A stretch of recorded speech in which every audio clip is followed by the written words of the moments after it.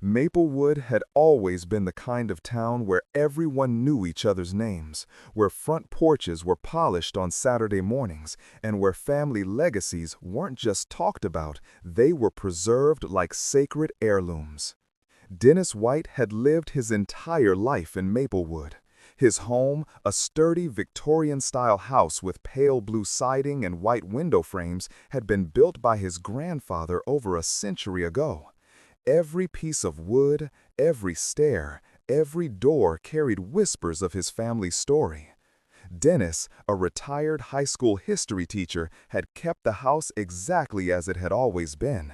Not because he was afraid of change, but because some things were simply not meant to be replaced. At 68, Dennis had no illusions about his age. His hair had gone silver at the temples, and the lines on his forehead were proof of a life well lived. His wife, Margaret, had passed away 10 years earlier, and his only son, Nathan, lived 2 towns over with his wife, Claire, and their 2 children, Rebecca and Luke.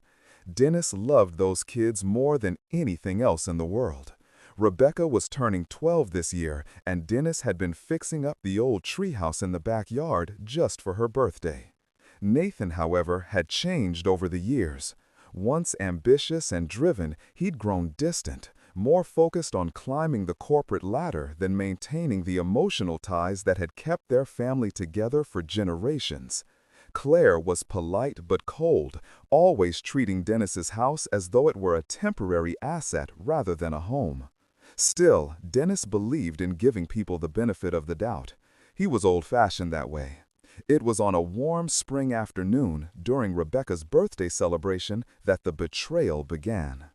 Dennis had spent the whole morning decorating the backyard with balloons and hanging fairy lights from the big maple tree. He'd even baked Rebecca's favorite lemon cake himself. The air smelled of fresh grass and sweet frosting, and children's laughter filled the yard. Nathan arrived late. He wore a crisp suit, looking like he had just walked out of a boardroom rather than a birthday party. Claire followed, perfectly dressed as always. Their presence shifted the energy in the backyard, but Dennis forced himself to smile. "You're just in time for cake," he said warmly. After the candles were blown out and the presents were opened, Nathan asked Dennis if they could talk inside for a moment. Dennis thought nothing of it, until he saw Claire close the door behind them, her expression unusually stiff. Nathan sat down at the kitchen table. "Dad," he began, his tone rehearsed, "Claire and I have been talking. We think it's time you consider selling the house." For a moment, Dennis thought he had misheard. "Selling the house?" he repeated slowly. "Nathan, this house is our family's history." Nathan leaned forward, businesslike. "I get that, but maintaining an old house is expensive. You're retired. You could sell this place, move into a condo, and live comfortably. Plus, the property value has skyrocketed. It's a smart move." Claire nodded. "You'd be able to enjoy your retirement without worrying about upkeep." Dennis stared at them, his hands gripping the edge of the table. "I don't need a condo. This house is not a burden. It's home." Nathan's jaw tightened. "Dad, think about the future. We could use the money to secure things for Rebecca and Luke, college funds, investments. This house is just sitting here." Dennis stood up slowly. "Nathan," he said quietly, "this house isn't just sitting here. It's breathing. It's lived through everything our family has ever endured. You were born in that upstairs room. Your mother and I built our life here. I'm not selling." Claire crossed her arms. "You're being emotional." "I am emotional," Dennis shot back, "because this matters." The conversation ended bitterly. Nathan left with Claire, clearly frustrated. Dennis tried to shake it off and rejoin the birthday festivities, but the joy had dimmed. 2 weeks later, a letter arrived. It was from a law firm, Nathan's law firm. The letter stated that Nathan had filed paperwork to initiate the transfer of property ownership, citing mutual family agreements and claiming that Dennis had verbally agreed to sell. Attached was a legal document with Dennis's forged signature. Dennis's heart pounded as he read it. His own son had started legal proceedings to take away the house. He walked to the living room, the walls around him suddenly feeling unfamiliar. The laughter of past years echoed faintly like ghosts. He sat in his late wife's rocking chair, staring at the document until sunset. Something inside him shifted that night.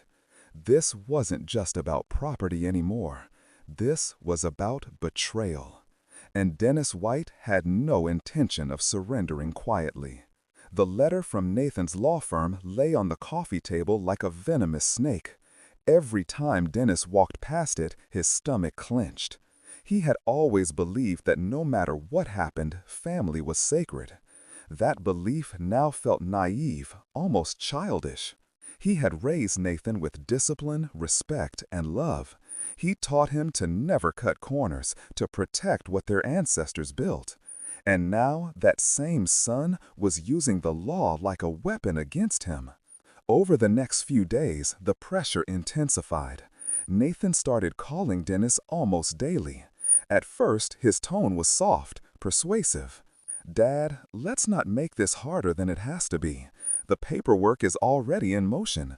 Just sign and we'll make sure you're comfortable." Dennis remained silent on most calls. He didn't trust himself to speak without his anger spilling over. When persuasion failed, Nathan's tone hardened.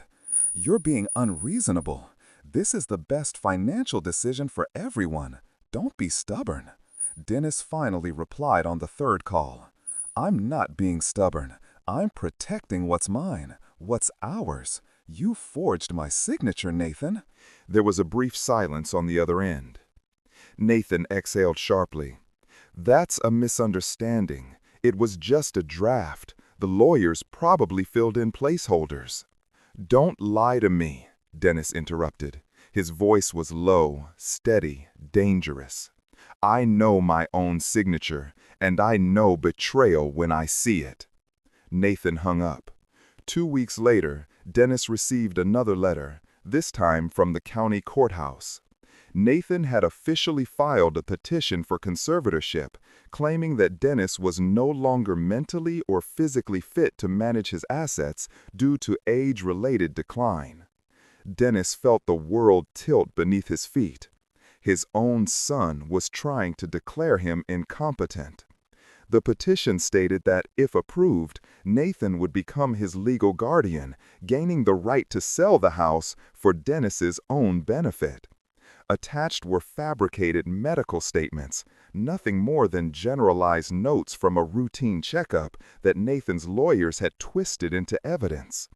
Dennis sat at his kitchen table for hours that night. The house creaked softly, as if in mourning. His late wife's photograph hung on the wall, her eyes kind but firm. He whispered to her, "Can you believe this, Margaret? Our boy." The old rocking chair moved slightly as the wind pushed through a cracked window. For a moment, Dennis almost imagined she was still there, steadying him the way she always did. But this battle, he realized, he would have to fight alone. On a Sunday afternoon, Rebecca came over for her usual weekend visit. She was cheerful at first, talking about school and her new art project. But Dennis could see she was hiding something behind her smile. "Grandpa," she finally said, biting her lip, "Dad's been different lately. He keeps saying this house should be ours one day, but you live here. So how can it be ours if you're not moving?" Dennis's heart broke a little at the innocence in her voice. "Sweetheart," he said gently, "this house has been in our family for generations. One day it will be yours and Luke's, but not like this, not by taking it away from me before it's time." Rebecca nodded slowly. "Mom says you're being stubborn." Dennis smiled sadly. Sometimes being stubborn is just another word for standing up for what's right. She hugged him tightly, and for the first time in weeks, Dennis felt a flicker of strength return. The following Monday, Dennis received a call from Nathan's attorney, Robert Kingsley. His voice was smooth, polished, and clinical. "Mr. White," Kingsley began, "I'm calling to inform you that if you contest the conservatorship, this could get messy. Nathan's position is that he wants to protect your best interests. If you resist, it could reflect poorly on you." Dennis listened carefully. "Are you threatening me?" "Not at all," Kingsley replied with a chuckle. "Just giving you a reality check. Nathan is prepared to proceed with all legal avenues. He has financial evidence that could suggest mismanagement on your part." Dennis narrowed his eyes. "You're bluffing." "Am I?" Kingsley's tone was smug. "Think about it. Do you really want to drag this out in public court?" After the call ended, Dennis walked out to the porch. He sat on the swing, staring at the overgrown rose bushes Margaret used to tend. His hands trembled, not from age, but from a mix of rage and heartbreak. That night, Dennis didn't sleep. He wandered through the house with a flashlight, tracing his fingers along the wooden banisters, the photos, the floorboards. Each corner carried memories of his wife, of Nathan as a boy, of laughter echoing down the hallway. He ended up in the attic, where old family trunks were stored. He opened one and found yellowed letters, black and white photographs, and a faded blueprint of the house, his grandfather's original design. Something inside him cracked. He sat down on the dusty floor and cried for the first time in years. It wasn't just a house. It was everything. His past, his identity, his love, his legacy. And now his only son was tearing it apart for money. By morning, Dennis had made a decision. He brewed his usual black coffee, sat at the kitchen table, and stared at the legal documents again. But this time, not with despair, with clarity. Nathan was powerful. He had lawyers. He had money. But Dennis had truth, history, and something Nathan didn't expect. A lifetime of discipline and patience. He'd spent decades teaching history, researching, documenting, preserving facts. And now he would use every ounce of that skill to protect his legacy. He called two people that morning. First was Harold Benson, a retired police officer and old friend who now ran a private security firm. "Harold," Dennis said, his voice calm, "I need your help. My son is trying to take my house." The second was Evelyn Carter, a sharp, no-nonsense attorney Dennis had once taught in high school 25 years ago. She owed him a favor. "Mr. White," she said after hearing everything, "this is elder financial abuse, and we're going to fight back, quietly, strategically." For the first time in weeks, Dennis felt a cold, focused resolve settle over him. He wasn't just a retired teacher anymore. He was a man with nothing left to lose and everything to protect. The morning after Dennis contacted Harold and Evelyn, Maplewood felt different. The spring air was still crisp, the birds still chirped, and children still rode their bikes down the street. But for Dennis, a quiet battle had begun. Nathan thought this was going to be easy. He thought his father would crumble under legal pressure and emotional manipulation. But Dennis wasn't the type to fold. He'd spent 40 years teaching history, and if history had taught him anything, it was this: empires don't fall overnight. They crumble when someone knows where to strike. Evelyn Carter met Dennis at his kitchen table 3 days later. She was in her early 40s, with sharp brown eyes and a reputation in the county for being relentless in the courtroom. Dennis had once taught her AP US history. Now she was teaching him how to fight back. "Nathan made a huge mistake," she said, flipping through the conservatorship petition. "These documents are sloppy. There are forged signatures, inconsistencies, and procedural gaps. He's overconfident." Dennis leaned forward. "He forged my name, Evelyn, my own son." She looked up. "I know, and that's exactly what we'll use. But we can't just claim forgery. We need evidence, hard, undeniable evidence." She outlined the plan methodically. Install security systems in the house to capture any future suspicious activity. Record conversations with Nathan legally so they could catch him admitting to anything. Collect financial records showing the house's historical value, maintenance logs, and proof that Dennis was fully capable of managing it. Quietly alert local authorities in case Nathan tried to escalate the situation suddenly. "I'll handle the legal filings," Evelyn said. "You handle your end of the evidence. And Dennis, don't let him know we're on to him yet. Let him think you're just the stubborn old man." Dennis gave a small, cold smile. "That shouldn't be too hard." Harold Benson arrived the next morning in his pickup truck. He was a broad-shouldered man with graying hair and a cop's intuition that never faded. "Denny," he said, clapping his friend on the shoulder, "I heard your boy's turning into a vulture. Let's clip his wings." They spent the afternoon installing hidden cameras at the front and back entrances, inside the living room and near Dennis's study. They also installed a high-quality audio recorder under the dining table, Nathan's favorite place to argue. "These will pick up everything," Harold said. "If he tries to pressure you again or say something incriminating, we'll have it." Dennis nodded, feeling something he hadn't felt in weeks: control. It didn't take long. 2 days later, Nathan showed up unannounced. He walked into the house without knocking, a habit that used to be endearing but now felt invasive. Claire didn't come with him this time. "Dad," Nathan said with forced cheerfulness, "we need to talk." Dennis gestured to the dining table. "Go ahead." Nathan pulled out a manila envelope and slid it across the table. "Here's the final agreement. If you sign this, we can avoid a long, painful court process. You'll get a comfortable condo in Brookdale, all expenses covered, and I'll handle the rest." Dennis didn't touch the envelope. "The rest being my home?" Nathan exhaled sharply. "Why do you have to make this difficult? You're alone here, Dad. You're getting older. Don't you want to make things easier on everyone?" Dennis's voice was steady. "Easier for you, maybe." Nathan's eyes narrowed. "This is happening whether you like it or not. The conservatorship hearing is scheduled.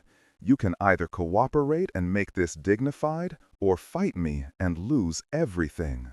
The hidden recorder under the table captured every word. Meanwhile, Evelyn started digging through county property records and Nathan's financial history. What she found was explosive.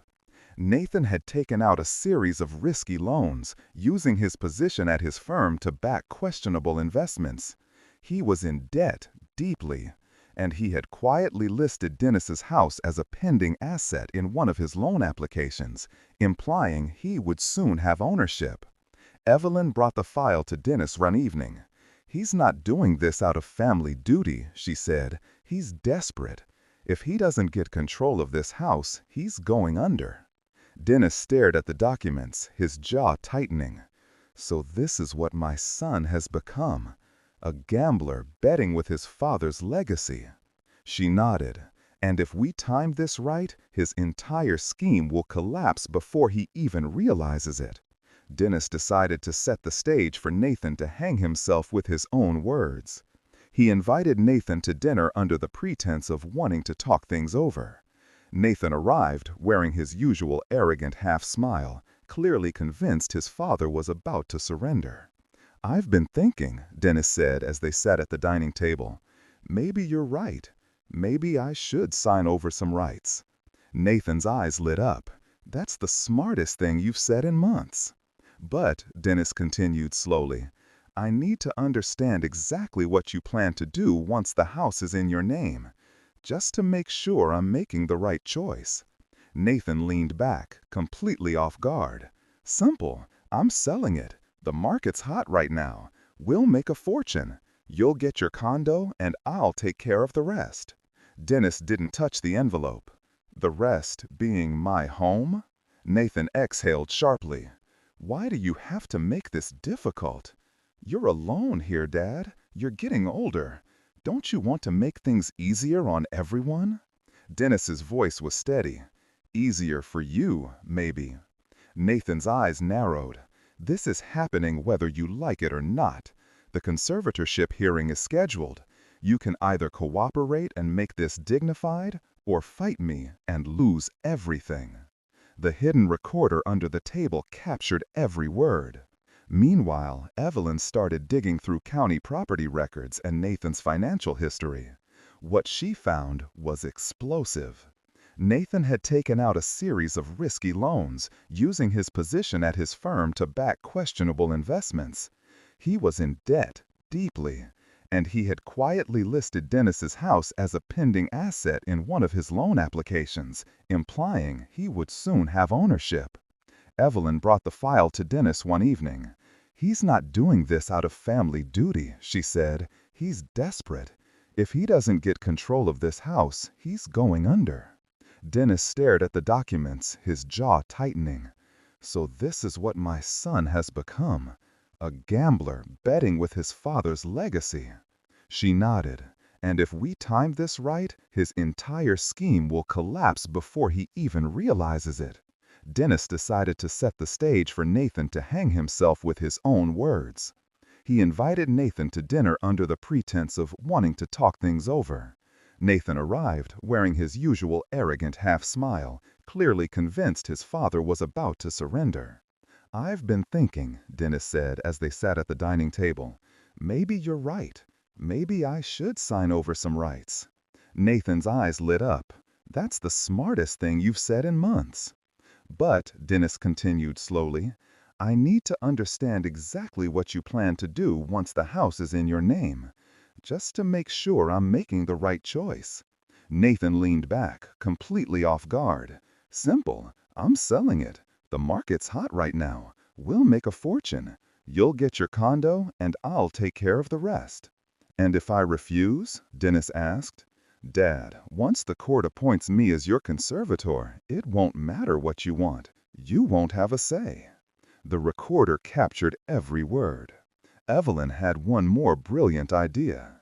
"Nathan thrives on his reputation," she told Dennis. "He's a respected financial advisor. If the town knew he was forging documents and trying to strip his father of his home, his career would implode overnight." Dennis hesitated at first. He wasn't naturally vindictive, but this wasn't about revenge anymore. It was about exposure. Evelyn connected Dennis with Michael Green, an investigative journalist from a local paper known for his fearless reporting on financial scandals. Michael listened intently as Dennis laid everything out: the forged documents, the secret recordings, the financial trail. By the end of the meeting, Michael's eyes were alight. "This is huge," he said. "If you're willing to go on record, I can make sure the truth comes out." Dennis took a deep breath and nodded. "Let's do it." Over the following week, Dennis played his role perfectly.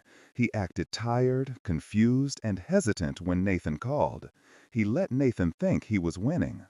Meanwhile, Evelyn filed counterpetitions to challenge the conservatorship, citing strong evidence of forgery and elder abuse. Harold continued to monitor the cameras, and Michael began quietly preparing his exposé. The walls were closing in on Nathan, but he didn't know it yet.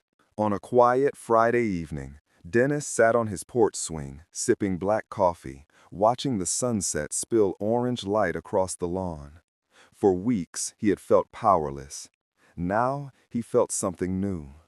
Not rage, not grief, control. The trap had been set, and soon Nathan would walk straight into it. The trap had been set, and all Dennis needed to do now was wait. But this wasn't passive waiting. Every day, Evelyn was working behind the scenes. Harold kept an eye on the property, and Michael Green, the journalist, was preparing to deliver a public blow Nathan would never see coming. Nathan believed he was tightening the noose around his father. In reality, he was tightening it around his own neck. It was a crisp Thursday morning when the Maplewood Gazette hit the stands. On the front page, just beneath the headline about the town's spring festival, was a bold black title: "Local financial advisor accused of forging father's signature to seize family home." by Michael Green, investigative reporter. The article laid out everything with surgical precision.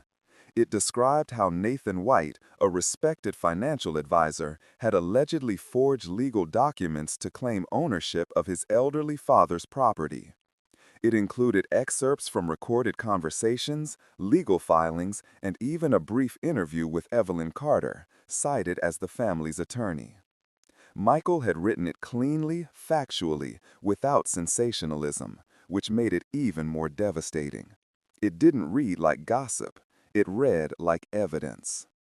By noon, everyone in Maplewood had read it. Neighbors started whispering. Clients called Nathan's office demanding explanations. Social media was flooded with locals expressing disbelief, then outrage. Can you imagine doing that to your own father? I always thought Nathan was too slick for his own good. Poor Mr. White, he's such a kind man. This is disgusting. Dennis was sitting in his living room when his phone started ringing. It was Nathan. Over and over. He ignored the first 3 calls. On the 4th, he answered. "What the hell did you do?" Nathan's voice exploded through the line. "Do you have any idea what you've done to me?" Dennis stayed calm. "I didn't do anything, except tell the truth." "You leaked this to the press," Nathan shouted. "You've ruined my reputation." Dennis replied coolly, "No, Nathan, you ruined your own reputation. You forged my name, you lied, you threatened me. All I did was make sure people saw who you really are." Nathan went silent for a moment, breathing heavily. Then his tone shifted to a cold, dangerous calm. "You're going to regret this." Dennis didn't flinch. "I already regret raising a man who would do this. But no, Nathan, I won't regret protecting what's mine." Nathan hung up. The fallout began almost immediately. Within 48 hours, Nathan's firm placed him on administrative leave, citing the article and pending legal investigations. Several major clients withdrew their accounts. His boss issued a public statement distancing the firm from his personal legal matters. Local banks that had previously given Nathan leniency on his risky loans suddenly grew cold. A banker called him and said, "Until this is cleared up, we're freezing any future credit extensions." Nathan's financial house of cards began to collapse. He'd been depending on the anticipated sale of Dennis's house to plug the holes in his debts. Without that sale, and with the town now scrutinizing his every move, his entire financial strategy fell apart. He tried to call Claire repeatedly, but she was furious too. She had been blindsided by the article and the scandal. "You told me this was under control," she screamed at him during one recorded phone call. Evelyn obtained this later. Meanwhile, Evelyn continued building their legal case. The conservatorship hearing was scheduled for the following week, but now the landscape had changed completely. Before the article, Nathan had walked into court with power and confidence. Now, he would walk in under a cloud of suspicion. Evelyn met Dennis at his kitchen table again. She had a folder thick with evidence. "Nathan's lawyers are panicking," she said with a grin. "They filed a motion to delay the hearing, but the judge denied it. We're moving forward as planned." Dennis asked, "Will this be enough to stop him?" "Dennis," she said, leaning forward, "we're not just going to stop him. We're going to bury this scheme so deep he'll never crawl out of it."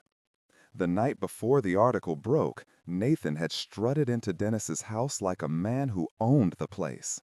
But a week after, he returned looking like a man unraveling. He showed up at dusk, wearing a wrinkled suit and a desperate expression. He didn't knock again, but this time Dennis met him at the door.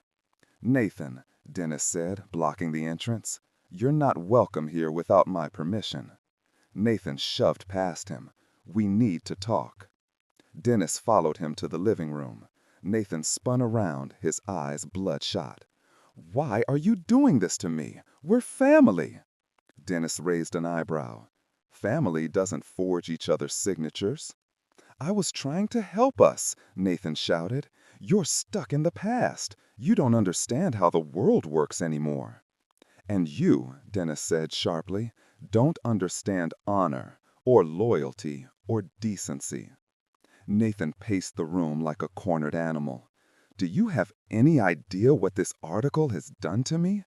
People are looking at me like I'm trash. Claire won't talk to me. The firm might fire me. You brought this on yourself, Dennis said simply. Nathan froze, then slowly turned toward his father. His voice dropped into a cold whisper. You think you've won. You haven't seen what I'm capable of. Dennis didn't blink. I already have. Nathan stormed out, slamming the door behind him so hard that the old stained glass window rattled. In the days following the article, something remarkable happened. The town rallied around Dennis.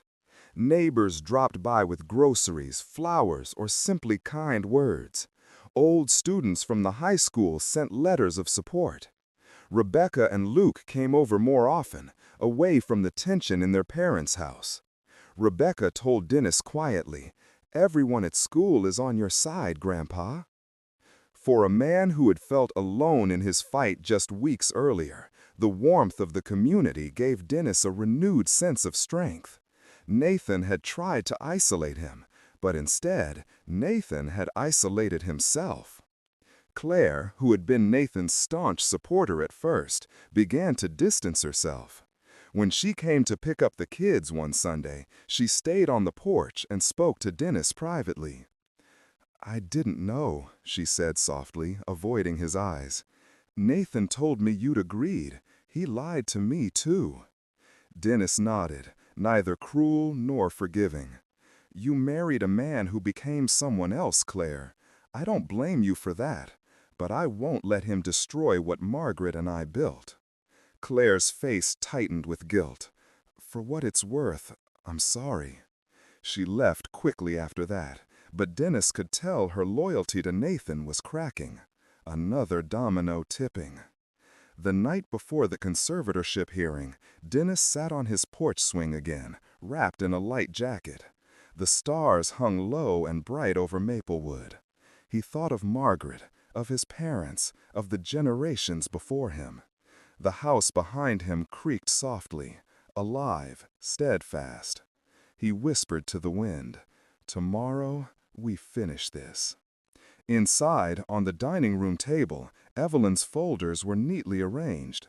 Harold had checked the cameras one last time. Michael had promised to attend the hearing as a reporter. Nathan believed this was going to be a private legal maneuver. Instead, it was going to be a public reckoning.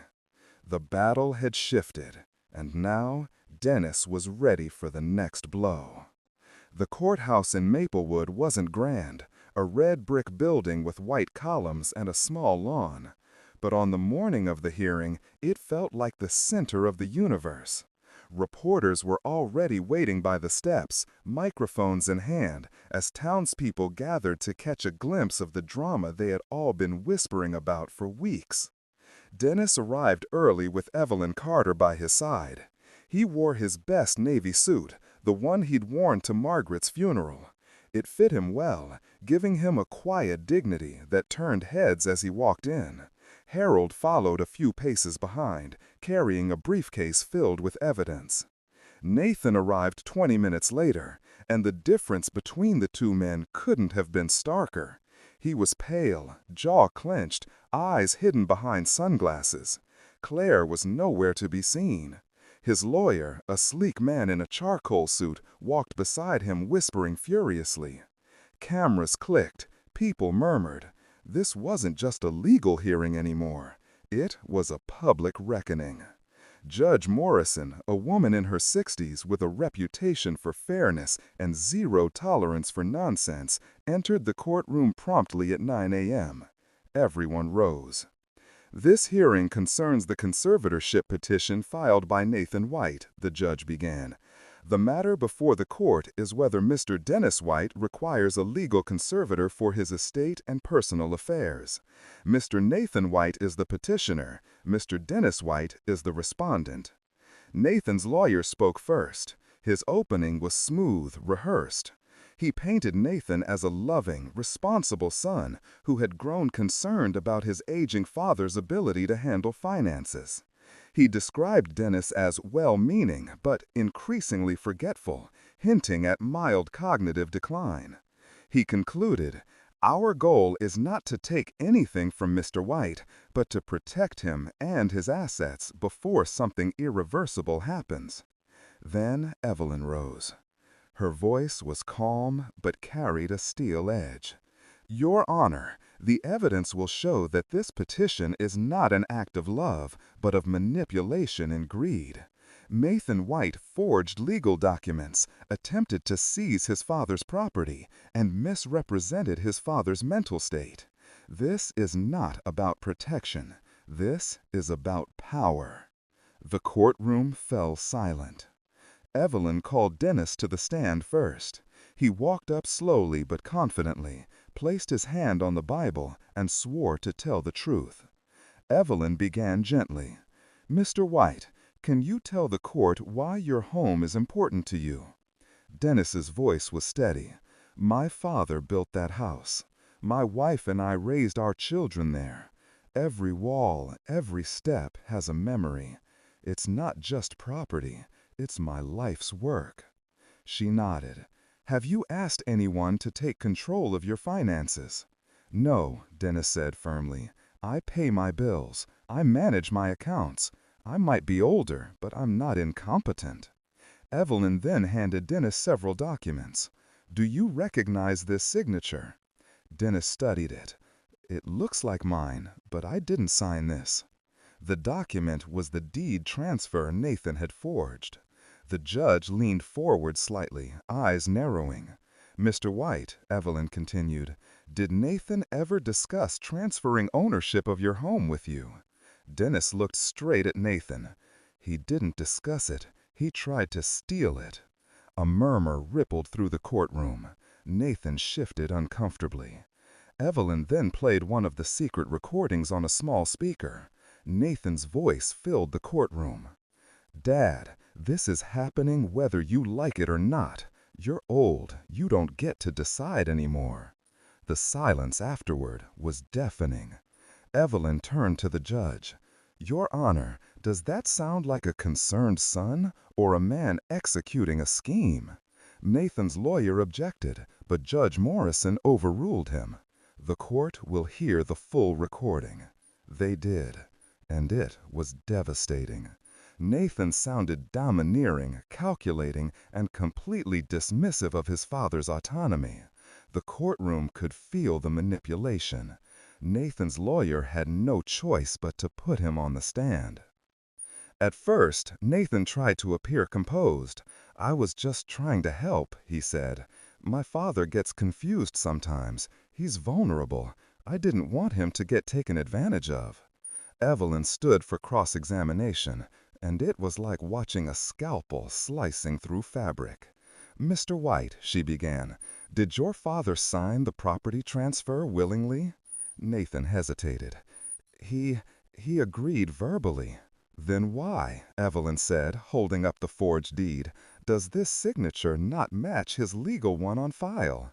Nathan's lawyer objected again. Overruled. Evelyn stepped closer. "And why," she continued, "did you tell him on this recording that he doesn't get to decide anymore?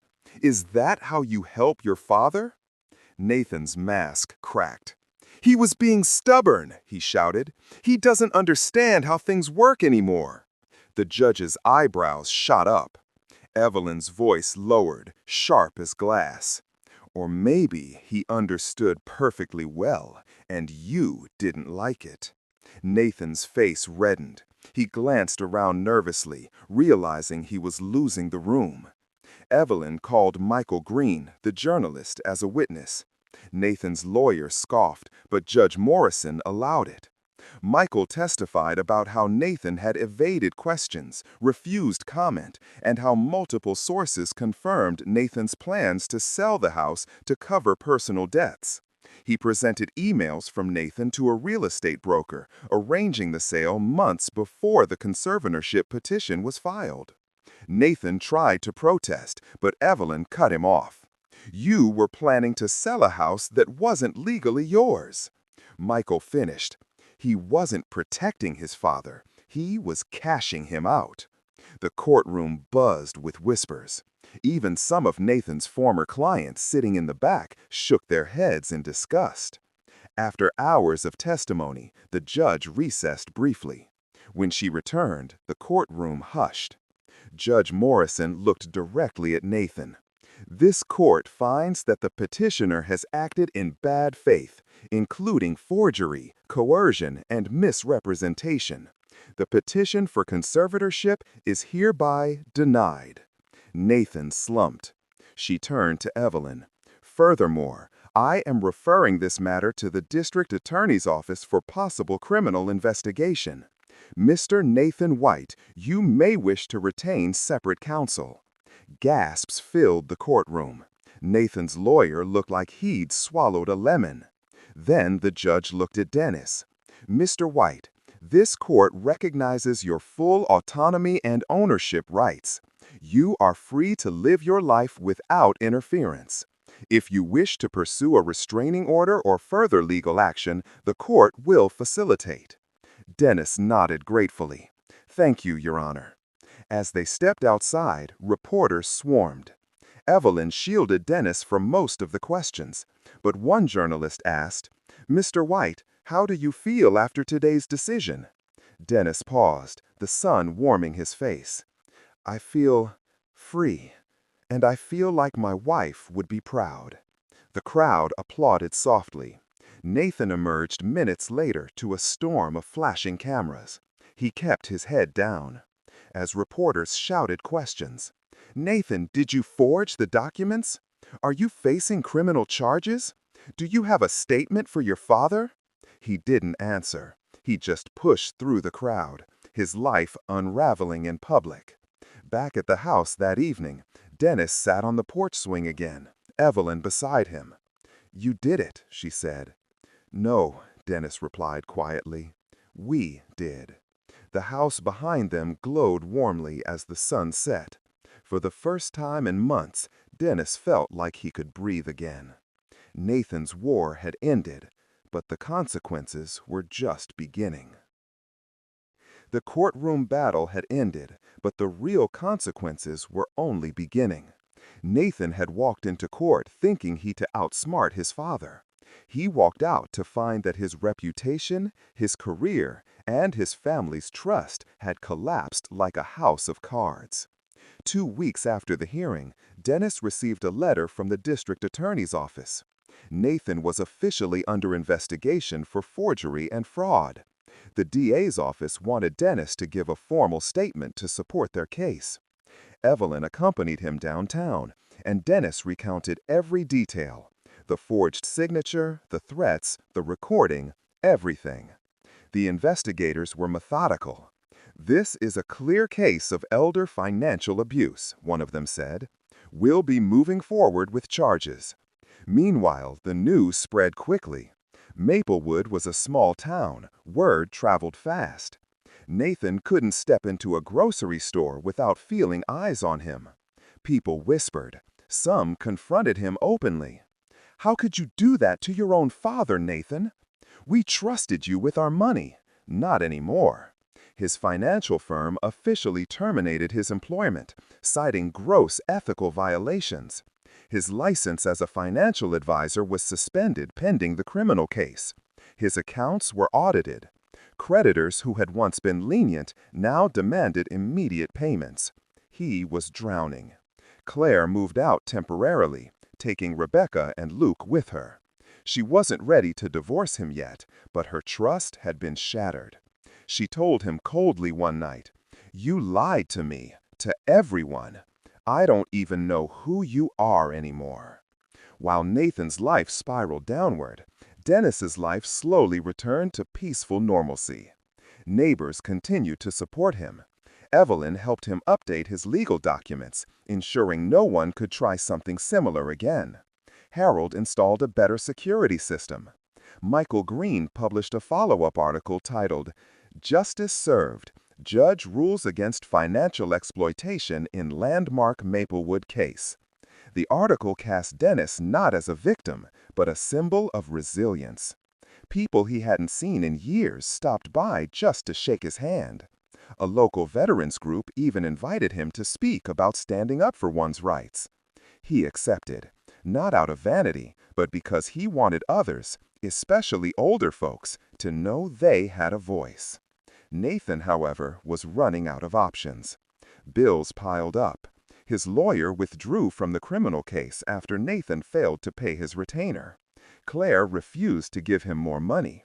He sold his expensive watch, his car, and eventually he moved out of the house they'd shared into a small rental apartment on the edge of town.